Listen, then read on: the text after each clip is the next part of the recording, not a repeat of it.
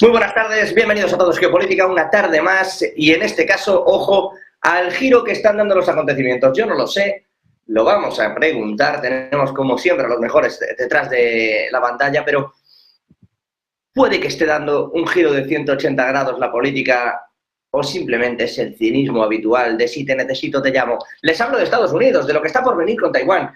En particular, porque en 2024 hay elecciones, tanto en Estados Unidos, pero especialmente en Taiwán, donde se están jugando el futuro salto tecnológico. Pero más allá de esto, resulta que Europa necesita el grano de Rusia. Y dirán ustedes, y la conexión evidente, Estados Unidos está pidiéndole ayuda a China a través de distintos aliados para que, y a su vez a Rusia, y levante de nuevo el acuerdo del grano entre Rusia y Ucrania. Porque desde que decayó, Europa tiene un problema. Pero es que ¿saben quién era el principal importador del grano ucraniano? No solo de la parte rusa, sino también de la ucraniana. China. Se habla de un problema de alimentación, de una crisis alimentaria. Anthony Blinken llegó a decir que Rusia tenía secuestrado y estaba utilizando el grano como un arma contra el hambre en el mundo, dijo. Lo decía por los envíos a África. Solo el 3% del grano africano va a parar allí. África recibe mucho más grano desde Rusia, por ejemplo. Pero es real que gran parte de ese grano va a China. Y ahí sí hay donde mirar y preguntar. Aunque también les digo, China está intentando buscar nuevas soluciones y Brasil le está dando algunas. Pero, ¿qué va a pasar entonces? ¿Le van a decir que sí, que no? ¿O se va a mezclar Taiwán, la seguridad en el Indo-Pacífico en todas estas negociaciones? Paciencia, casi seguro para cualquier tipo de solución, porque es a lo que nos tiene acostumbrados en general la diplomacia china desde hace siglos. Vamos a buscar las respuestas, vamos a ver si tiene esto o no sentido y evidentemente también miraremos a todo lo que está ocurriendo en el día de hoy entre Rusia y Ucrania, que no son pocas cosas. Hemos empezado con ataques de drones cerca del Mar Negro a fuentes de abastecimiento de grano, precisamente, pero ruso. Hemos visto también un ataque a un buque de guerra ruso, que de hecho sí que ha recibido un impacto importante, aunque dice Rusia que no tiene problemas con la navegación, pero empieza a ir más allá, cada vez, bueno, pues los esfuerzos, en particular de Ucrania, por elevar la tensión también están siendo importantes, sobre todo porque parece que hay una fecha, que es este otoño, donde sí o sí se va a tener que hablar de paz. No sé si para bien, para mal, si para firmar un armisticio, si para no tener paz, pero se va a tener que hablar de ello. De momento, quien no está en esa mesa de reuniones, en esa mesa de negociaciones, es Rusia. Con todo y con esto, vamos a mirar al análisis, vamos a buscar los detalles y así no perdemos nada de tiempo, sobre todo porque hay muchos temas que tratar en el día de hoy. Creo que está al otro lado Adrián Díaz, experto en economía y en geopolítica china. Adrián, ¿qué tal? Muy buenas tardes. Creo que te tenemos muteado, a ver si lo podemos solventar. ¿Ya? Ahora, te escucho Buenas fantástico. tardes. ¿Qué tal? Muy bien, Adrián. Oye, decía yo, por preguntar ya directamente al ruedo, este movimiento de Estados Unidos, es verdad que lo hace a través de terceros, en fin, esta jugada habitual de la diplomacia de la Casa Blanca, ¿no? Pero esto de llamar a China para que te solucione el papel del grano en Rusia, ¿hasta qué punto en realidad le interesa esto a China? Porque el abastecimiento, por ejemplo, desde Brasil es importante y porque la injerencia que está habiendo desde Estados Unidos en China también es relevante. Ahora iremos al detalle, pero en concreto sobre este asunto, ¿qué opinión le merece, Adrián?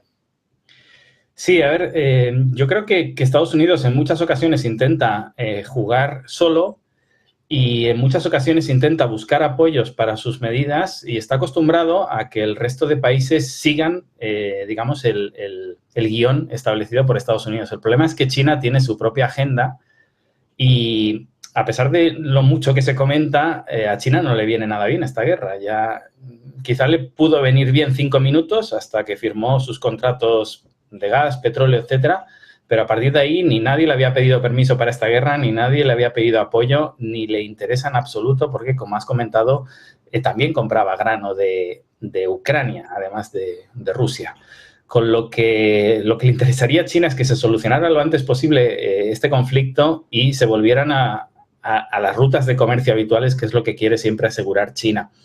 A partir de aquí, estos movimientos de Estados Unidos que hace, como digo, buscando supuestos aliados, cuando la realidad es que siempre trabaja solo y como mucho lo que busca es más cómplices ante la opinión pública, pues con China no parece que le funcione. No, No, no, es verdad que no está funcionando. No sé si tenemos ya también al otro lado a Fernando Moragón, si podemos hablar con él. Vamos a intentar buscar enseguida también esas conexiones, pero aprovechando, Adrián, que estamos hablando de este asunto, China tiene por delante, bueno, unas elecciones en Taiwán en 2024 que van a ser muy movidas. Y te pregunto, dentro de este tipo de relaciones, China no podría sacar también tajada de esto, es decir, oye, solucionemos el tema del grano, pero eso de pedirle al Congreso estadounidense que el dinero de Ucrania vaya para a Taiwán para que se defienda del gobierno de Xi Jinping, ya basta. No podría ser una de esas jugadas, o es excesivamente fácil esa jugada diplomática.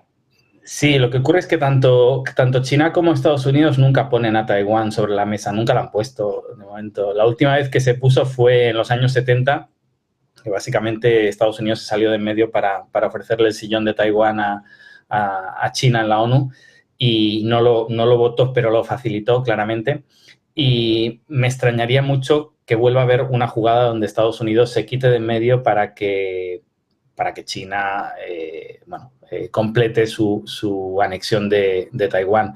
Entonces, mientras no exista esa posibilidad en la mesa de negociaciones, no tiene sentido mencionar a Taiwán dentro de unas negociaciones. Ni Estados Unidos puede poner como condición que China firme que jamás va a utilizar la fuerza, ni lo contrario tampoco. Ni China va a poder conseguir que Estados Unidos firme su huida del Pacífico y dejar, digamos, desangelado a Taiwán.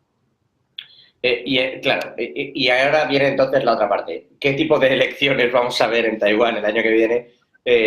Con un bando tratando de armar a la actual presidencia para evitar, uno, injerencias políticas, dicen, y dos, que si hubiera una invasión, oye, defendeos con lo que os damos. De hecho, llegó a decir Anthony Blinken, luego no volvió a repetir esas palabras, pero el secretario de Estado norteamericano llegó a decir, consideraríamos Taiwán como suelo estadounidense a la hora de defenderlo.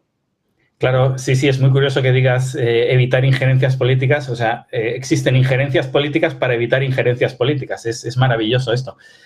Sí que es cierto que son unas elecciones que parece que van a interesar más fuera que dentro de Taiwán. Es decir, parece que son unas elecciones donde van a jugarlas China y Estados Unidos, que no deberían tener ni voz ni voto ahí, pero sí que van a presionar todo lo que puedan para movilizar a la opinión pública taiwanesa, unos diciéndoles, venid con nosotros que ya veréis, la vida será maravillosa, y otros diciéndoles, eso será un infierno, cuidado, cuidado, cuidado, nos necesitáis. Bueno, ya sabemos cómo es la política también, cada uno juega sus bazas a qué intereses que no tienen nada que ver de un lado y del otro con el día a día de los taiwaneses, entonces, bueno. Ahí quería llegar en su